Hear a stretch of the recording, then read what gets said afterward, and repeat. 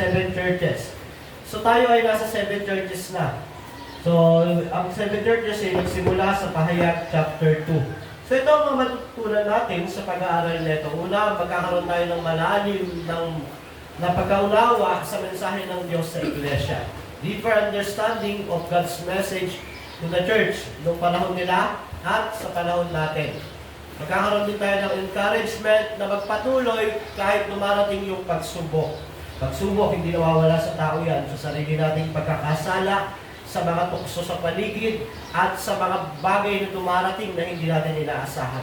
Sa pag-aaral ng Revelation, at especially sa seven churches, magkakaroon tayo ng encouragement na lahat talaga daraan sa pagsubok, pagkakasala, panghihina, pero tuturuan tayo dito para magkaroon ng encouragement.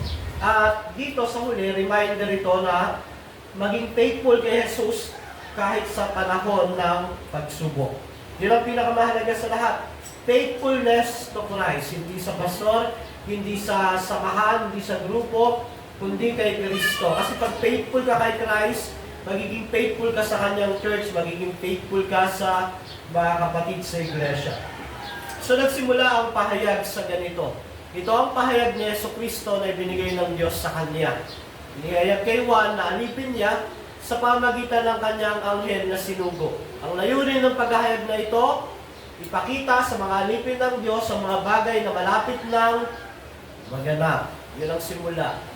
Pahayag ni Jesucristo na ipinadala sa anghel kay Juan para sabihin yung mga bagay na malapit ng maganap. At pag nalaman natin malapit ng maganap, sa mismong context na iyon, hindi tayo mag-expect ng 2,000 years. Noong panahon nila, malapit na iyon maganap. Maraming nagtuturo, tinitignan nila ang pahayag na tinitignan sa panahon ngayon na hindi nila maintindihan yung malapit ng maganap. At noong panahon na yan, sinabi kayo dyan, ibig sabihin, malapit ng panahon nila, hindi 2,000 years. At ano yung malapit ng maganap? Yung mga bagay na darating at nangyayari na nga, sabi dun sa sulat na iyon. Sa verse 3, pinagpala daw yung bumabasa ng aklat na iyon. Dapat binabasa, pinagpapaaralan ng pahayag. Yung nakikinig at tumutupad noon. Bakit? Inulit sapagkat malapit na itong maganap. Bakit 2 beses, 3 beses binabanggit ito? Kasi binibigyan ng emphasize na malapit na iyong maganap.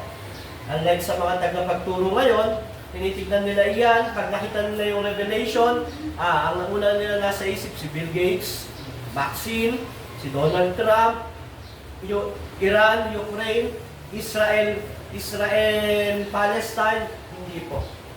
Noong panahon nila, malapit na itong maganap.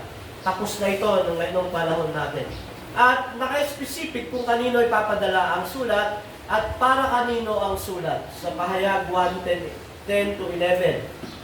Sabi ni Juan, noon ay araw ng Panginoon, Lord's Day. At habang nasa ilalim ako ng kapangyarihan ng Espiritu, o siya ay nananalangin, narinig ko mula sa aking likuran ng isang malakas na tinig, na parang tunog ng turumpeta, sabi niya, isulat mo sa isang aklat ang iyong nakita at ipadala mo ito sa 7 iglesia. Para sa kanila, ang sulat na iyon, pero ang application para sa lahat ng panahon. So, yung matututunan para sa atin, sa lahat ng panahon ng iglesia. Pero yung mangyayari, yung message, para sa kanila. So, ganun naman lahat ng libro. Kahit yung Hebreo, Marcos, Lucas, Mateo, sumulat yung mga iyon na merong specific na pagbibigyan ng sulat, pero yung application para sa lahat ng panahon. Kasi hindi naluluma ang Biblia, hindi nagbabago ang mundo. Ang problema pa rin ng tao noon, kasalanan, hanggang ngayon, kasalanan pa rin. Isa pa rin ang tagapagligtas, si Kristo. May persecution noon, meron yun. Pero sila ang magre-receive yung application para sa atin lahat. Kaya napakahalaga na maunawaan palagi ang konteksto ng sulat. So, napag-aralan din natin yung basic na pag-unawa nito, yung historical, grammatical method. Sinong sumulat, para kanino sumulat, bakit sumusulat, ano ang kalagayan na sumusulat. Yun yung basic interpretation ng lahat ng letter na babasahin natin. Kasi yung iba, ang tingin sa libro ng Bible ay parang libro ng fairy tale. Diba? Hindi po. Libro siya, ordinary book na salita ng Diyos. Kaya yung paraan ng application, ng pag-unawa at pagbabasa ay kagaya din ng ordinary letter. Yet, ang meaning, ang message ay hindi ordinaryo. Ito ay composed ng ebanghelyo na makapangyarihan para bumago ng buhay ng isang tao. So, balik-aral tayo. Nung nakaraan, pinag-aralan natin ang simbahan ng Efeso. Ang unang mag-receive ng letter ay ang Church of Ephesus, na si Pablo ang nagtatag sa kanyang missionary journey. So, ang Church ng Ephesus ay masigasig. Masisipag sila humayo, mangaral ng gospel, masisipag sila sa gawain para sa Panginoon. Sila ay discerning. Pag sinabing discerning, doctrinally sound. Ang discernment po nakukuha pag ikaw ay theologically nagmamature. Ibig sabihin, nagbabasa ka ng Bible, alam mo ang tamang interpretation, alam mo yung theological meaning, text, ikaw ay magkakaroon ng discernment. Ito ang problem ng mga church ngayon, walang discernment. Alam mo ang gusto nila? Puro kasiyahan, puro kantahan, sayawan. Kahit yung kinakanta nila, mali, wala sa kanila kasi walang discernment. So dangerous po ang isang church na walang discernment. Bakit? Nagkakasala na sila, hindi pa nila alam. Bawa, maawit sila ng mga kanta na hindi totoo, nagsisinungaling sila. During worship, kumakanta sila ng hindi totoo na kanta, imbis na sumasamba sila, nagsisinungaling pala sila. So, sa panahon ng araw ng pagsamba, maraming Kristiyano ang nagkakasala. Bakit? Walang discernment. Kaya nga po, halimbawa, yung papatayuin kayo, halimbawa sabi ng speaker, i-motivate kayo, tapos yung mga magko-commit kay Lord, tumayo, tapos tatayo kayo, hindi biro yun. Kasi, nagkaroon kayo ng pangako sa Diyos na kayo ay magko-commit sa kayo, tapos hindi ka magko-commit, doon lang sa pagtayo na yon. So, gumagawa ka ng isang pangako, pagsisinungaling, tapos magsisinungaling ka. Ganon din sa ating covenant reading.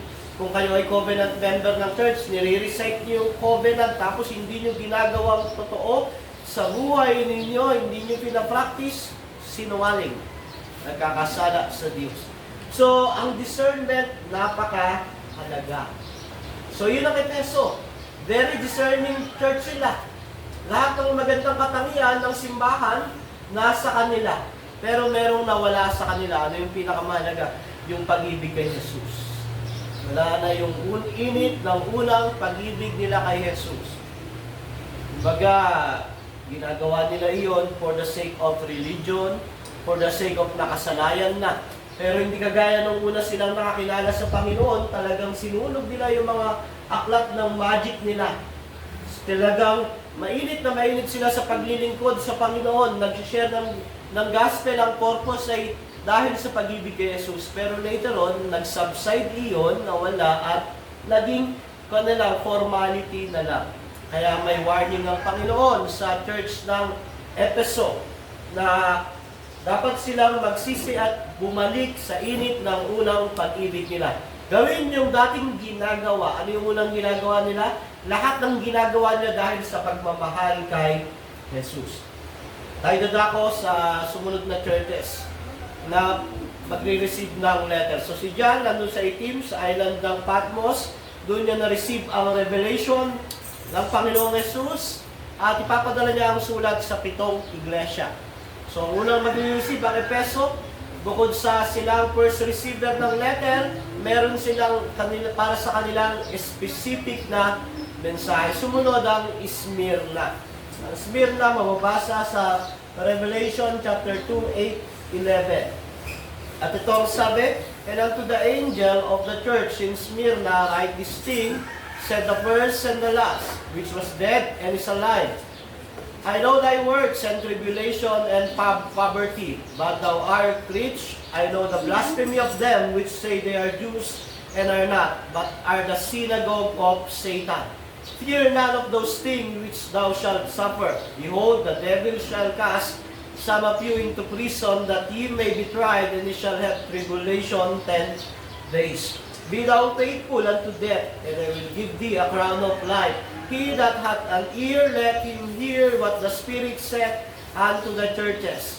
He that overcometh shall not be heard of the second death. Sa Tagalog, sabi dito, ang mensahe para sa iglesia ng Smyrna, sulat mo sa anghel ng iglesia ng Smyrna. Alam natin, yung angel tumutukoy sa pastor o elder ng iglesia ng Smyrna. Ito ang sinasabi sa iyo ng simula at wakas. Ang pagpapakilala ni Christ ay Alpha and Omega, beginning and the end. Ang namatay at muling nabuhay, tumutukoy sa kanyang kamatayan at muling pagkabuhay. Alam ko ang kapighatian na dinaranas mo, all-knowing si Christ. Alam niya, nagsasuffer ang church ng Smyrna. Alam kong mahirap ka. Ngunit ang totoo ay mayaman ka. Sa paningin ng mundo, sila ay mahirap, kawawa, pero sa paningin ni Kristo, sila ay mayaman. Nalalaman ko rin ang paninirang puri sa iyo ng nagpapanggap na mga Hudyo. So, all-knowing si Christ, alam niya yung paninira ng mga nagpapanggap na Hudyo. Hindi ito mga nagpapanggap na Hudyo, kundi mga tunay na Hudyo ito. Pero dahil sinisira nila ang katawan ni Kristo, ang tingin ni Kristo sa kanila, hindi sila totoong Hudyo. Dahil ang isang Hudyo ay anak ni Abraham, at ang mga anak ni Abraham dapat sumasamba kay Kristo. Pero sila ay mga Hudyo, citizen na Hudyo, pero sa paningin ni Christ, sila ay nagpapanggap lang. Dahil ang totoong Hudyo ay totoong dapat nagsumasampalataya kay Kristo. Kaya sabi ni Kristo, ngunit ang totoo, sila ay mga kampon ni Satanas. Huwag kang matakot sa mga pag-uusig na malapit mo lang danasin. So may darating pa silang pag-uusig. Makinig ka. Ipabibilanggo ng Diablo ang ilan sa inyo bilang pagsubok. May makukulong pa sa kanila. Magdurusa kayo sa loob ng 10 araw. 10 days, sumisimbolo ito ng testing, pagsubok. Diba? Maraming mga simbolo ang 10. Una sa Old Testament, ang 10 tumutukoy sa tithes. Testing iyan para sa mga Israelites. Kaya sabi sa kanila, manatili kang tapat hanggang kamatayan at gagantimpalahan kita ng korona ng buhay. Ang lahat na may pandinig ay makinig sa sinasabi ng Espiritu sa mga iglesia. Ang magtatagumpay ay hindi masasaktan ng pangalawang kamatayan. Ito ang tira ng Smyrna noon. Pero hanggang ngayon, ang Smyrna sa Turkey ay sentro pa rin ng Christian religion. Hanggang ngayon, ang Turkey, bagamat siya Islamic country, Muslim, meron pa rin mga Kristiyano roon, at ang Smyrna ang nagiging sentro ng Christian doon hanggang ngayon.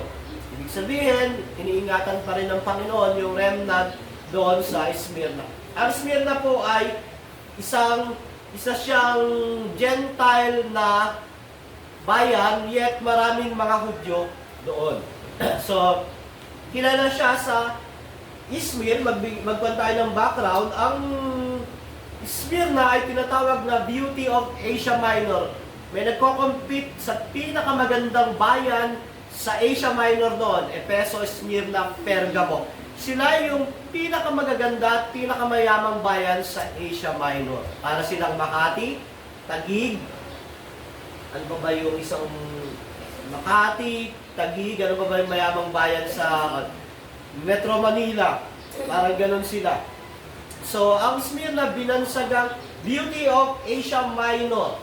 So, ito ay naitatag nung panahon ng mga Aeolians. Kung di ako nagkakamali, ito ay panahon ng Greek Empire. So, naging part siya ng Lydian Empire.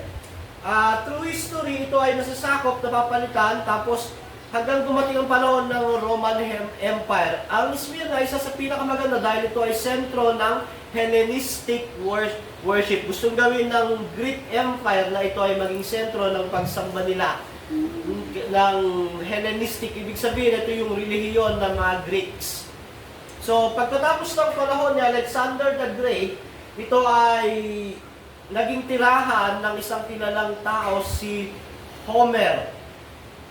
So, nung panahon nila, panahon ng Roman period, meron dong statwa para kay Homer. At ang Smyrna ay loyal sa Roman Empire. So, nung panahon ng Panginoong Jesus, sila ay under ng Roman Empire. Ang Smyrna ay loyal. At meron silang templo ni Roma. Si Roma ang primary na Diyos ng Roman Empire bukod sa emperador. So meron silang Temple of Roma. Subalit, ang Smyrna ay naging sentro ng maraming Hudyo. At ang mga Hudyo, kilala sila sa relihiyong Judaism. Dahil matagal silang reliyon, hindi iyon pinipersecute ng Roman religion, ng Roman Empire. Ang Roman Empire ay pagan religion. Sumasamba sila kay Roma. So, di persecuted ang mga Hudyo, basta hindi nila papakialaman yung ginagawa ng mga Romano. Ang mga Hudyo, kilala sila sa Judaism. One God. So, ito yung mga Diyos-Diyosan ng Smyrna, si Roma, si Nemesis, si Tyche, saka si Dionysius. Na si Dionysius ay kilala bilang siya yung Diyos ng vine, ng ubas. At sinasabi, si Roma, si Nemesis, si Tyche, si Dionysius, sila ay Diyos na pinagmulan ng lahat at sila ang katapusan ng lahat. Kaya sa message ni Christ, ang sinasabi niya sa simula at sa wakas, para sabihin si Roma, si Nemesis, si Tyche, si Dionysius, hindi mga totoong Diyos yan. Si Jesus lang ang tunay na Diyos, kung siya sabihin. Kasi ang mga Diyos-Diyosan nilang si Roma, sinasabi nila sila ito yung mga creator, pinagmulan ng lahat, katapusan ng lahat. So ito yung mga Diyos-Diyosan sa Smyrna. Ito ang mensahe ni Kristo sa kanyang simbahan. Sabi niya, sulat mo sa anghel sa iglesia ng Smyrna, yung pastor doon, yung leader doon, yun ang pagpapadala ng sulat at sasabihin yung sinasabi. Ito yung pakilala ni Christ. Simula at wakas. Namatay at muling nabuhay. Pag sinabing simula at wakas, Diyos ng kasaysayan. Pag sinabing simula at wakas, siya ay pinagmulan ng lahat at katapusan ng lahat. Hindi lang yon, siyang may hawak ng simula ng mundo hanggang katapusan ng mundo. Which is si Christ, gaya ng sinasabi ng John 1:1, ang pasimula ay ang salita at ang salita ay kasama ng Diyos at ang salita ay Diyos. Na ine-echo ang Genesis 1 na in the beginning God created the heavens and the earth. Nung pasimula pa lang, andun si Kristo, kasama ng Diyos. Pero hindi siya mismo ay hindi siya iba siya sa Diyos, di ba? Nang pasimula ang salita ay kasama ng Diyos at ang salita ay Diyos. So yung distinction ng Father, Son, andun na, at sa pagkilala ni Kristo, siya ang first and the last. Bukod doon, pinakilala niya ang kanyang sarili, dead but is alive. Ibig sabihin, namatay at muling nabuhay. Sinisimbolo ni Christ yung muling pagkabuhay, resurrection, o pagliligtas niya sa kanyang church. Namatay ako para sa inyo at nabuhay muli para sa inyo.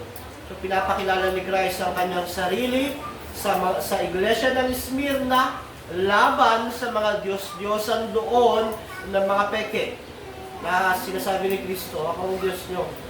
Ako ang simula at wakas. Hindi yan si Roma, hindi si Dionysius. Ako yung namatay na muling nabuhay para sa inyo, para tubusin kayo. Hindi iyan. So dito sa title ni Christ, nagpapakilala siya sa kanyang iglesia bilang Diyos nito. So, ang status ng church, sabi niya, alam ko ang kapighatian na diranas mo. Alam kong mahirap ka, ang totoo ay mayaman ka. Nalalaman ko rin ang paninirang puri sa iyo nang nagpapanggap ng mga Hudyo, ngunit ang totoo ay sila yung mga kampuan ni Satanas. Ang church ng Smyrna ay ang pinakamaiksing sulat sa 7 churches. Why? Wala kasi sa kanilang complaint ng Panginoong Yesus. Sila ay healthy pero persecuted church.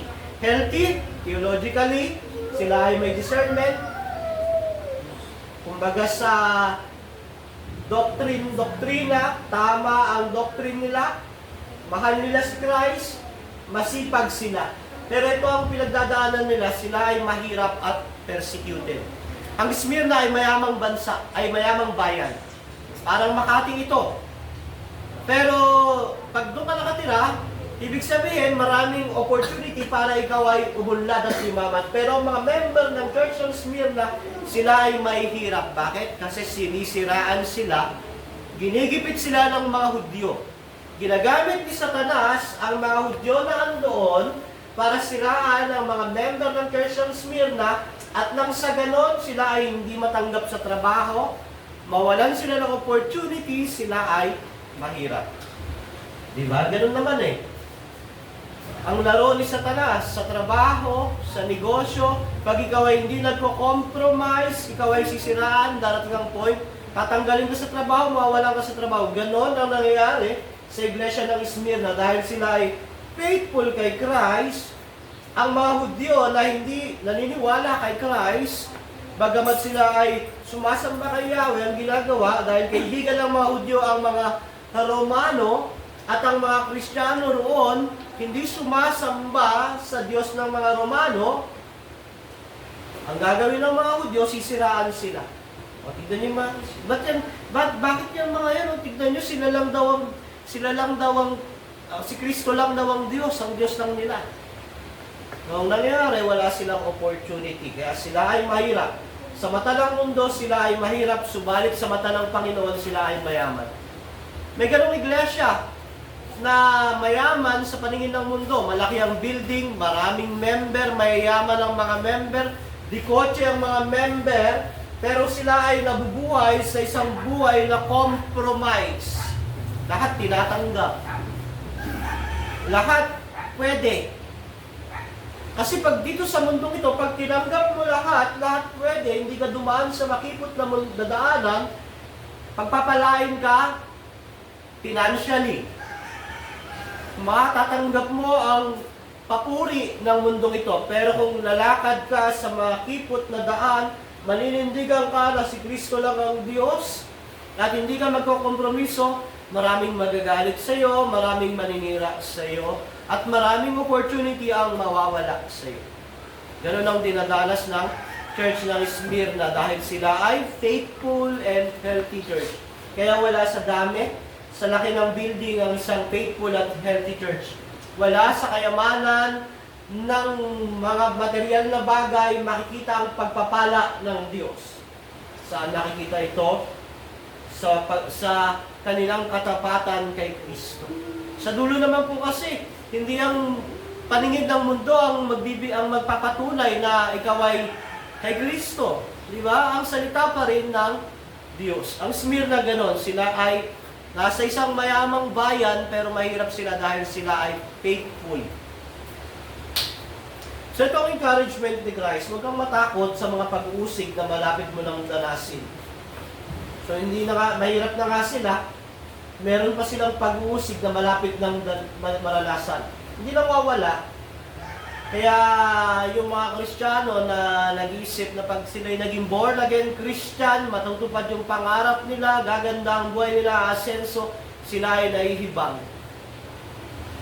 Sila ay lumalakad sa maling path ng Christianity.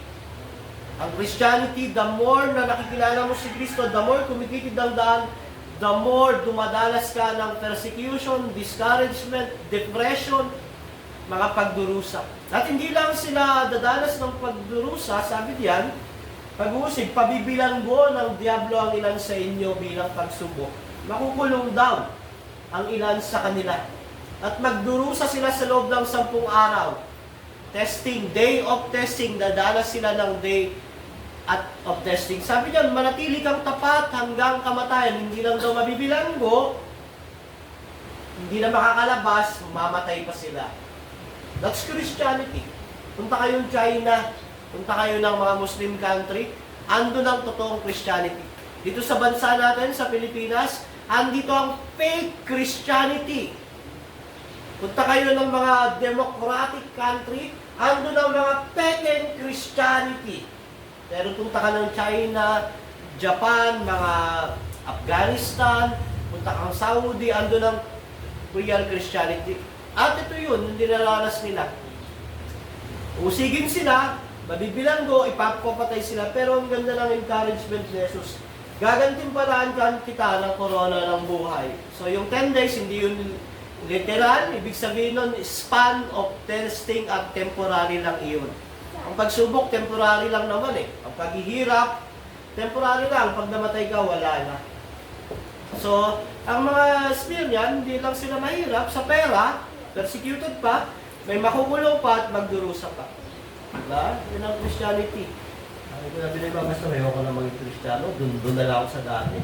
Doon sa patalon-talon lang, tapos pakanta-kanta lang, pa-praise the Lord lang, tapos okay na, compromise na ulit. Walang ang problema, pero hindi gano'n ang Christianity. So, the church, sabi diyan, must walk on trials. Christ is the first example of persecuted. So, dapat ang church daw talaga ay daraan diyan. So, si Kristo ay isa sa pinaka-best example natin. Dumating si Christ, wala nga siyang ginawang kasalanan kahit kanino eh. Diba? Wala siyang ginawang masama kahit kanino, pero siya ay pinersecute, pinapatay. Diba? Tanungin mo yung mga tao, bakit may ginawa ba si Kristo? Wala. Na masama? Wala. Pero bakit siya pinapatay? Dahil sa kasalanan. Dahil sa kasamaan ng tao. So, ang encouragement, maging faithful kay Kristo. Very basic ang encouragement natin sa church, mga kapatid. Hindi secret, maging faithful kay Kristo. Maging faithful tayo kay Kristo. Huwag natin tignan yung tao kasi ang tao ay hindi ka makakita ng maganda, laging nagkakasala. Pero pag faithful ka kay Christ, maunawaan mo, kagaya mo rin lamang siya makasalanan. So ang mga taga-Smyrna, mahirap dahil sa paninira ng mga Hudyo, may bay na bilanggo. Bakit naging gano'n kanilang kalagayan pinagdaanan? Para malaman kung sila ay tapat at totoo. Kaya ang utos, manatiling tapat hanggang kamatayan. So magagawa lamang ito ni dahil sa sariling lakas at pananampalataya, ito ay magagawa dahil sa paghawak sa Panginoong Jesus. Ang reward, sabi diyan, ang lahat ng may pandinig ay makinig sa sinasabi ng Espiritu. Alam naman natin, pag hindi born again, hindi ligtas, walang Espiritu, hindi niya mauunawaan ito. Anong sabi ng Panginoong Jesus? Ang magtatagumpay ay hindi masasaktan ng pangalawang kamatayan. Hindi na raw masasaktan ng pangalawang kamatayan. Walang second death. So, merong second death. At yung second death na mawala kay Kristo sa dagat-dagatang apoy ng impyerno kung saan andoon ang walang humpay na puot, galit, katarungan, kabanalan ng Diyos laban sa kasalanan at sa makasalanang hindi nagsisi at sumampalataya kay Kristo. So, conclusion po natin, ang Smyrna ay isang healthy and faithful church. Smyrna. Siya ay mahirap, hindi basihan ng yaman ng iglesia, hindi basihan ng dami. Persecuted, pinag-uusig, slandered, sinisiraan. Alam nyo, nakikita ko sa ngayon, ang pinaka-persecuted na sa loob ng Christianity, ang mga Reformed churches, kasi hindi sila nagpo-compromise. Ang pinakamaraming member ngayon, tinatanggap na church, yung mga church na magagandang music, magagandang building, pwede lahat. Diba? Yun ang maraming member kasi ang tao, ang unbeliever, gusto yung ganon. Pero ang mga totoong Kristiyano, daraan talaga diyan, gaya ng taga-Smyrna, sila ay nakabilanggo, ang iba mamatay sa loob ng kulungan, mahirap sila sa mata ng mundo, pero sa mata ni Kristo, mayaman sila. Hindi basihan ang pagtingin ng tao sa atin. Ang pinakabasihan natin, ang mata ni Kristo. Diba? Yet, danger sa atin yan na gusto natin i-please ang tao rather than Christ. True and healthy church not measured in riches and popularity. Dahil nyo to, ang tunay at buhay na iglesia, malusog, ay hindi nasusukat sa kayamanan at popularidad. Maraming popular na church, di ba? JIN, CCF, Victory, na ngayon, ang JIN na iskandalo dahil sa ang kanilang isang leader ay naakusahan ng korupsyon. So, hindi basihan ang kayamanan at popularidad. Ang basihan, yung paningin ni Kristo.